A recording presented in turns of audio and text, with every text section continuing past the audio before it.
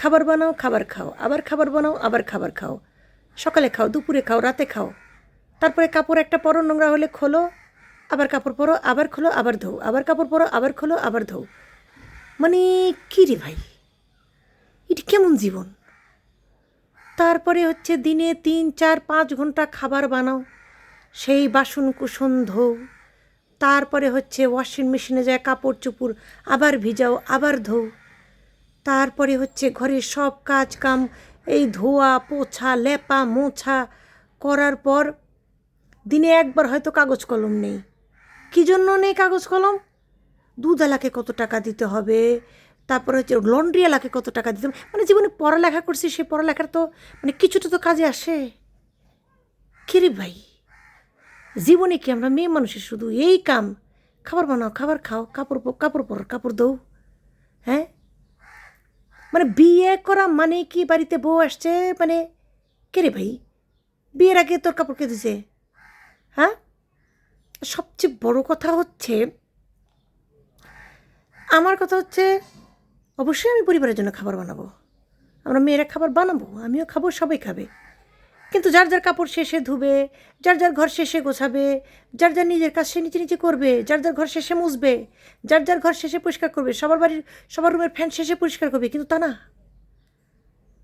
আমার দাদি যে কাজ করছে, আমার মাও সে কাজ করতেছে, মানে আমার নানিও সে কাজ করছে, আমরা 2026 সালে সেম কাজই করতেছি।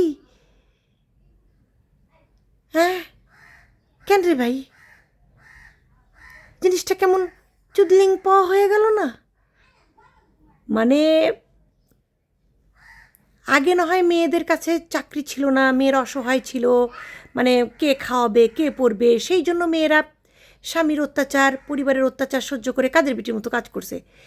এখন তো অনলাইনের যুগ, মেয়েরা পড়ালেখা করে, আমরা মেয়েরা ইন্ডিপেন্ডেন্ট, কতভাবে টাকা ইনকাম করা যায় আমরা টাকা ইনকাম করব, পরিবারে আমরা সময় দিব, টাকা ইনকাম করব, পরিবারকে সময় দিব, তারপরে হচ্ছে আমরা মানে বাড়ির কাজ করবো না কেন? করব। আমরা আমাদের নিজের টাকা দিয়ে কাজের লোক রাখবো, আমরা নিজের সুখটাকে খুঁজবো, নিজের আনন্দটাকে খুঁজবো। মানে বাড়ির পারলে প্রত্যেকটা সদস্যকে মনে আমরা তুলে খাওয়াতে পারলে বাকি।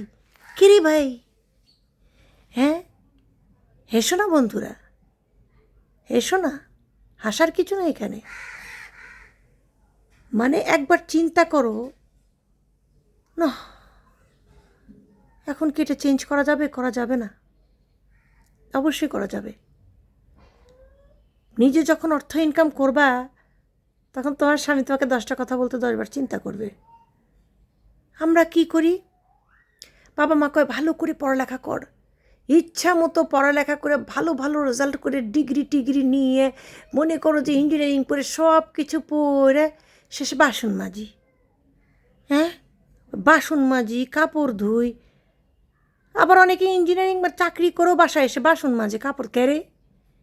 সারা জীবনটাকে খালি বাসন মাজার কাপড় ধোয়ার জন্য জন্ম হয়েছে আমাদের? না, এটা কেমন কথা? মানে আসলে চিন্তার বিষয় না, আমাদের ভাবা উচিত না? নতুন করে ভাবা উচিত, নতুন করে ভাবা উচিত। হ্যাঁ।